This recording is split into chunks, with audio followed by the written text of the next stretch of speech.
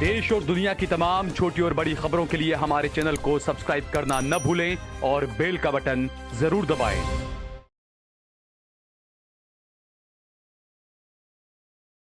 मलिक मोहम्मद जैद नूर भाई, ये सुबैर अहमद जो है हाफिज कुरान भी है।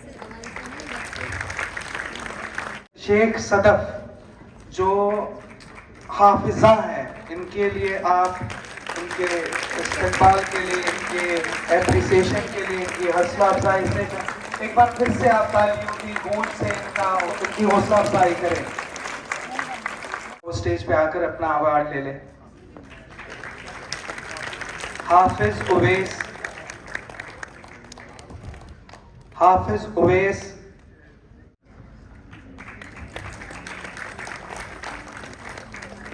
अस्सलाम वालेकुम, आदाब। मैं सहाल कुरैशी, देश लाइव में आपका स्वागत है। हमने कुछ सालों पहले सुना था, प्रधानमंत्री जी ने कहा था एक हाथ में कुरान, एक हाथ में कंप्यूटर। बिलाल सेठ साहब हमारे साथ में मौजूद हैं। गुजरात के अच्छे एजुकेनिस्ट माने जाते हैं और स्कॉलर नाम से काफ़ी अलग अलग इंस्टीट्यूट इनके चलते हैं, कॉलेजेस चलती हैं। सबसे बेहतरीन आज यहाँ पर आप जो देख रहे हैं, इनके इंस्टीट्यूट के तकरीबन 22 ऐसे हाफिज हैं जो डॉक्टर बन चुके हैं या बन रहे हैं। मेरे साथ में यहाँ पर सदफ भी हैं जो खुद हाफिजा हैं और इंजीनियरिंग की पढ़ाई कर रही हैं। तो सबसे पहले हम सदफ से ही शुरू करेंगे, उसके बाद हम हनीफ सेठ साहब से बात करेंगे। क्या नाम है आपका पूरा? शेख सदफ उमर फारूक। अच्छा, आप क्या कर रही हैं इंजीनियरिंग में? कंप्यूटर साइंस कर रही हैं। तो पहले आपने हिफ्ज़ किया, हिफ्ज़ कहाँ से किया? लाल मस्जिद से। तो ये होता है कि नहीं, मुस्लिम लड़कियों को तो कोई पढ़ाता नहीं है, ये गलत एक भ्रम फैलाया जाता है। तो इसके लिए आप कैसे देखती हैं आप उसको? नहीं, ऐसा नहीं है। आपको ऐसा कोई प्रेशर, ऐसा कुछ तो नहीं था ना कि नहीं पढ़ना या पूरी पढ़ने की सारी आज़ादी? अब जो लड़की होती है जो इंजीनियर बन जाती है, कई लड़की होती है जो सिर्फ हाफिजा बन के रह जाती है। आपने माशाल्लाह हिफ्ज़ भी किया, माशाल्लाह इंजीनियरिंग भी कर रही है। तो दुनिया और दीन और ये दोनों चीज़ों को मिलाकर जब चलते हैं तो कैसा लगता है? आप दूसरों को क्या मैसेज देना चाहेंगे? इससे आखिरत सुधरती है। बिल्कुल। और इंजीनियरिंग से इंजीनियरिंग से दीन और दुनिया दोनों हासिल करना ज़रूरी है ना। अल्लाह ने बोला है कि दोनों हासिल करो। दोनों हासिल करो, बिल्कुल। यहाँ पर बिलाल सेठ साहब मेरे साथ मौजूद हैं। बिलाल भाई से बात करेंगे। बिलाल भाई, जिस तरीके से जो मैंने शुरुआत में कहा कि ये बड़े बड़े जो बातें की जाती थी और ख़ासकर मुस्लिम लड़कियों को लेकर एक भ्रम फैलाया जाता है कि मुस्लिम लड़कियों को पढ़ाया नहीं जाता है, लेकिन सदफ इसकी जैसी और भी बहुत सारी लड़कियां हैं। और ख़ास बात है कि आपके जो इंस्टीट्यूट से जो लोग निकलते हैं, तकरीबन 22 ऐसे हाफिज हैं जो डॉक्टर बन चुके हैं। अल्हम्दुलिल्लाह, स्कॉलर के तहत चलने वाले साइंस के 3 इंस्टीट्यूट और गुजरात में 7 इंस्टीट्यूट स्कूल्स के चल रहे हैं। इसमें से 250 से ज़्यादा, 250 से ज़्यादा बच्चे हमारे डॉक्टर्स और इंजीनियर्स हो चुके हैं और स्टडी कर रहे हैं। गुजरात का डेटा देखेंगे आप, लास्ट ईयर गुजरात में 965 मुस्लिम बच्चे जिसने मेडिकल सीट हासिल की थी, वो गुजरात में सबसे ज़्यादा रिकॉर्ड था। और 965 में थी 550 गर्ल्स थी और 415 स्टूडेंट जो बॉयज़ थे।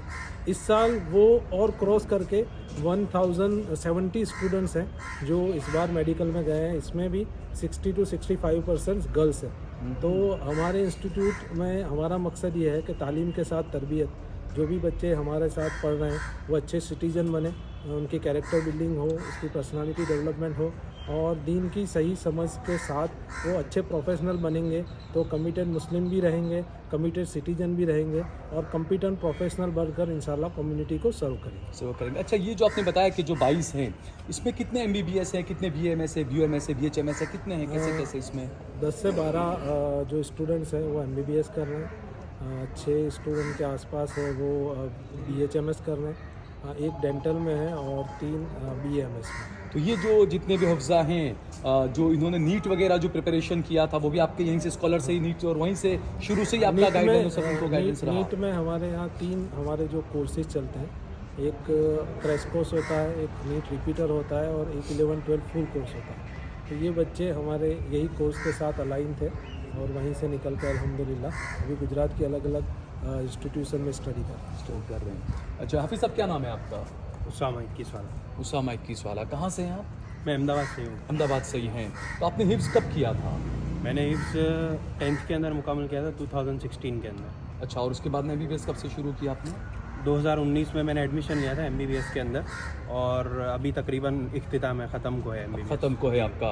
अच्छा, ये कहा जाता है कुरान के बारे में, क्योंकि मैं तो ये हमेशा कहता हूँ कि ये हमारी गलती, हमने कहा कि ये सिर्फ मुसलमानों की किताब है, वो इंसानियत की किताब है। जी बेशक। तो जिस तरीके से आपने हिफ्ज़ किया, इंसानियत की किताब को आपने पहले पढ़ा, हिफ्ज़ किया, और उसके बाद में आप डॉक्टर बनेंगे, तो आजकल ये लोगों की शिकायत रहती है कि डॉक्टरों में इंसानियत नहीं होती है, तो उसको आप कैसे देखते हैं, क्या कहेंगे उस पर? जो इंसान ने अल्लाह ताला से नाजिल की हुई जो किताब है उसको पढ़ा है, तो उसके अंदर अल्लाह ताला ने जो पैगाम दिया है इंसानों को, अगर वो इंसान उस पर अमल करके और दुनिया के अंदर जिस भी शोबे में जाएगा, वो चाहे वो डॉक्टर हो, चाहे इंजीनियर हो, चाहे किसी भी प्रोफेशन के अंदर हो, खुद का जो है तिजारत करता हो, उसके अंदर अगर वो अल्लाह के अहकाम को जो है सर फहरिस्त रख कर और उसको जो है उस पर अमल करने की नीयत से जाएगा, तो उसके अंदर इंसानियत क्या, जो अल्लाह ताला ने अपने बंदे को, अल्लाह के नबी सल्लल्लाहु अलैहि वसल्लम को जो सिफ़ात दे के भेजा था, उसको अपनाएगा और इंशाल्लाह पूरे आलम के लिए, पूरी इंसानियत के लिए रहमत बनेगा वो। हाफिज़, अब क्या नाम है आपका? मेरा नाम मौलाना मुगैरा मुजाहिद है। कहाँ से हैं आप? मैं डिंडोल गांव, सिद्धपुर के बाजू में डिंडोल गांव से हूँ। जी जी, तो आपने हिफ्ज़ कहाँ से किया, कब किया, और आप क्या MBBS कर रहे हैं या क्या है अभी? मैंने हिफ्ज़ किया 2014 में, हिफ्ज़ मुकम्मल किया, साथ में 10 भी मुकम्मल किया। फिर मैंने उसके बाद 12 तक किया। फिर 12 पूरा करके मैंने आलिम का क्लास शुरू किया और मैं पूरा आलिम बना जम्मू से हूँ। अच्छा, हिफ्ज़ भी किया, आलिम भी बने, जी। और अब MBBS कर रहे हैं, BHMS का? BMS में, BMS कर रहे क्योंकि हैं। मैं गोकुल ग्लोबल यूनिवर्सिटी जो सिद्धपुर में है, उसमें BMS का भी मेरा 2nd ईयर फिनिश होने आया है। अच्छा, बेहतरीन। तो क्या किस तरीके की ये जर्नी रही? क्योंकि ज़्यादातर ये होता है कि जब जो फारिग होते हैं मदरसे से, आलिम बनते हैं या हिफ्ज़ पूरा करते हैं, तो कई मरतबा ये रहता है कि बस हम दीन के ही बन के रह जाएं, दुनिया को भूल जाते हैं। और ज़्यादातर मुसलमानों में ये भी कई बार रहता है कि एहसास कमतरी का शिकार होते हैं। तो उनको आप कैसे बताना चाहते हैं आपकी इस जर्नी को? जैसा आपने बताया सर कि आलिम और हाफिज़ बनने के बाद फिर ऐसा ग्रेजुएशन में एडमिशन लेने से लोगों तक तो पहले अच्छा ही पहुंचती है कि कैसे दुनिया के साथ दीन को लेकर चले, ये अपने आप भी सीखते हैं और लोगों को भी सिखाने का एक मौका मिलता है कि हम भी ऐसा कर सकते हैं तो आप भी कर सकते हैं। और ऐसा कुछ खास नहीं है दीन दुनिया में कि दीन के बगैर दुनिया नहीं चल सकती और दुनिया के बगैर दीन नहीं चल सकता। अगर अपने आप हमारे अंदर दीन मुकम्मल होगा तो दुनिया आसानी के साथ पार हो जाएगी। इसी के साथ मैंने उस वाक्य को लेकर मैं स्टार्ट किया था कि दीन मुकम्मल आ जाएगा तो इंशाल्लाह दुनिया तो आसानी से साथ निकल तो जाएगी। इस जर्नी के अंदर सबसे ज़्यादा आपको किसका साथ मिला, सबसे ज़्यादा आपको सपोर्ट साथ किसने दिया? सबसे ज़्यादा सपोर्ट तो हमारे वालिद साहब का है, जिन्होंने हमको पहले पढ़ाया, हिफ्ज़ बनाया, फिर आलिम बनाया, तो उनका ही सबसे ज़्यादा अल्लाह का शुक्र है। फिर हमारे वालिद साहब ने जो हमको ये तोहफ़ा दिया है, फिर और हमने आगे के लिए गाइडेंस वगैरह फिर किसने दिया आपको उसमें? स्कॉलर में मैंने किया था नीट का, तो हमारे वालिद साहब सबसे पहले डॉक्टर बिलाल साहब से मिले थे। उन्होंने सबसे अच्छी हमको राय दी कि आप ऐसा ऐसा करो। हम पहले से और अभी तक उनके कांटेक्ट में ही है, जिन्होंने हमको अच्छी तरह से गाइडेंस किया है और अभी हम उनके हाथ के नीचे ही काम करते हैं और उनके साथ ही है अभी। जी बिल्कुल।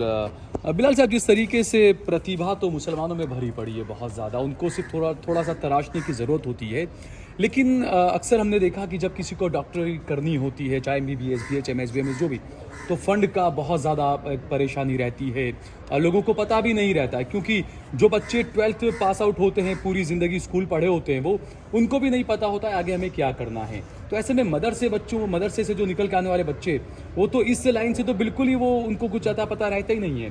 तो फंडिंग का मामला, उनके खर्चे अखराजात का मामला, ये तमाम कैसे होता है, किस तरीके से करते हैं फिर?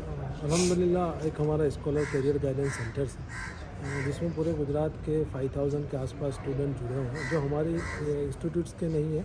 हम सबको गाइड करते हैं और साथ में कुछ स्कॉलरशिप स्कीम्स हैं, जैसे IDB बैंक जिद्दा की है, मुस्लिम एजुकेशन ट्रस्ट की है, यूनिटी एजुकेशन ट्रस्ट है, अहमदाबाद में स्काईलार्क है, जेन्यून हेल्प है, सबके साथ हम जुड़े हुए हैं। कुछ इमरजेंसी आती है तो हम क्राउड फंडिंग करते हैं और अल्हम्दुलिल्लाह अभी तक ऐसा देखने मिला है 3 लाख, 4 लाख, 5 लाख की भी फ़ीस होती है।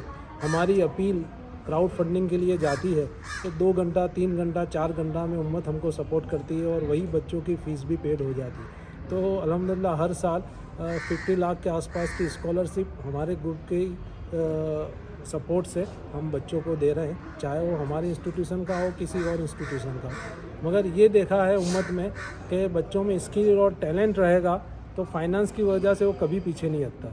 अल्हम्दुलिल्लाह सब लोग सपोर्ट करने के लिए रेडी रहे। तो आपकी वेबसाइट वगैरह भी कुछ है कि और भी कुछ लोग अगर इंक्वायरी करना चाहें? वेबसाइट है www.scholarindia.in। वहाँ पे जितने भी हमारे प्रोग्राम्स है और हमारी जितनी भी स्कीम्स है वो वहीं पे इंशाल्लाह मिल जाएगी। अच्छा, आपका क्या नाम है हाफिज़ साहब? मेरा नाम है गुलाम साजिद। गुलाम साहब, कहाँ से हैं आप? मैं मांगरोल जूनागढ़ से हूँ। अच्छा, मांगरोल जूनागढ़ से हैं आप। तो आपने हिफ्स कहाँ से किया और कब किया? मैंने वहाँ पे ही किया, काशिफुर नाम का एक मदरसा है, कब 2019 के अंदर। अच्छा, और उसके बाद? उसके बाद मैंने 10th किया 2020 के अंदर, फिर मैंने 11-12 किया, फिर एक साल नीट की तैयारी की और इसके बाद मेरे को इंशाल्लाह अल्लाह के करम से मेरे को एडमिशन मिल गया MBBS के अंदर। अच्छा, MBBS कर रहे हो अभी? कहाँ से कर रहे हो आप? GMRS medical college Dharpur Patan में MBBS कर रहा अच्छा, हूँ। वहाँ से आप कर रहे हैं यस आप? सर। ठीक है, बढ़िया है। आपका क्या नाम है हाफिज़ साहब? ओवेश मेमन नाम है, मैं हिम्मत आगे आ जाइए थोड़ा ज़ोर से। ओवेश मेमन नाम है, हिम्मत नगर से हूँ, साबरकाठा। मैंने 2009 में हिफ्ज़ कुरान ख़त्म किया और 10th भी साथ में चालू था। 2021 में ख़त्म किया और अभी मेरा BHMS 3rd ईयर चालू है, स्वर्णिम स्टार्टअप एंड यूनिवर्सिटी। अच्छा, बढ़िया है। आगे आ जाइए आप भी। अरमान है, गुजरात में टॉप किया था नीट में 676। अच्छा, अरमान है, गुजरात में टॉप किया था नीट में। आगे आ जाइए अरमान ज़रा इधर आप। कहाँ से हैं आप? मैं शंखेश्वर पाटन से हूँ। आपने हिफ्स कहाँ से किया, कब किया? अच्छा, हिफ्स नहीं करते, ठीक है। लेकिन आप नीट में आपने अच्छा, बेहतरीन। कितने आपके नीट में? मेरे नीट 2021 में 676 मार्क्स थे।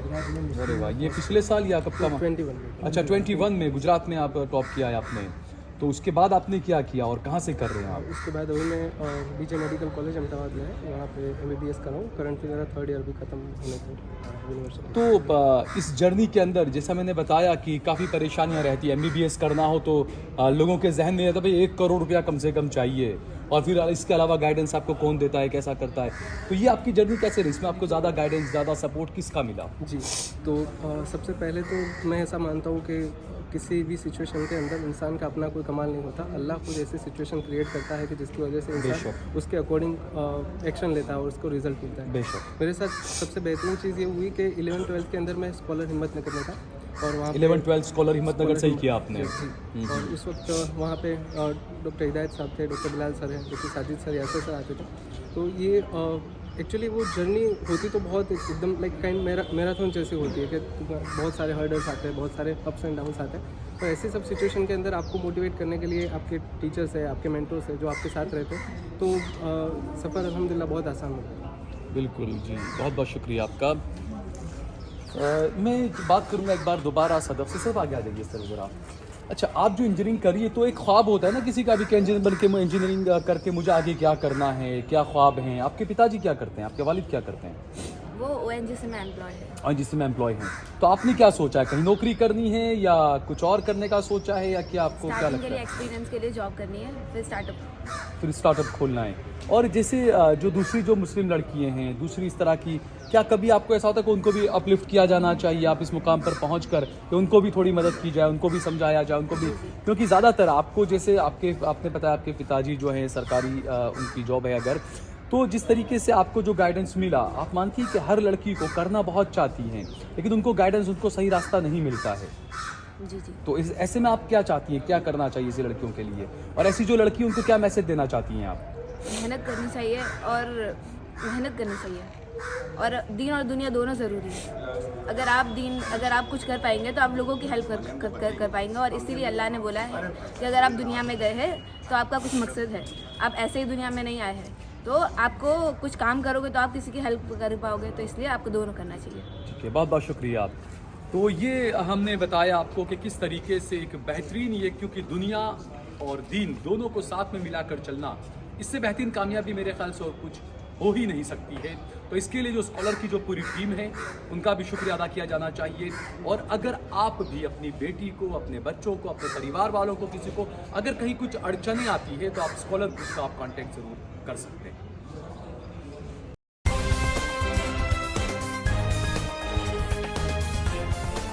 देश और दुनिया की तमाम छोटी और बड़ी खबरों के लिए हमारे चैनल को सब्सक्राइब करना न भूलें और बेल का बटन जरूर दबाएं।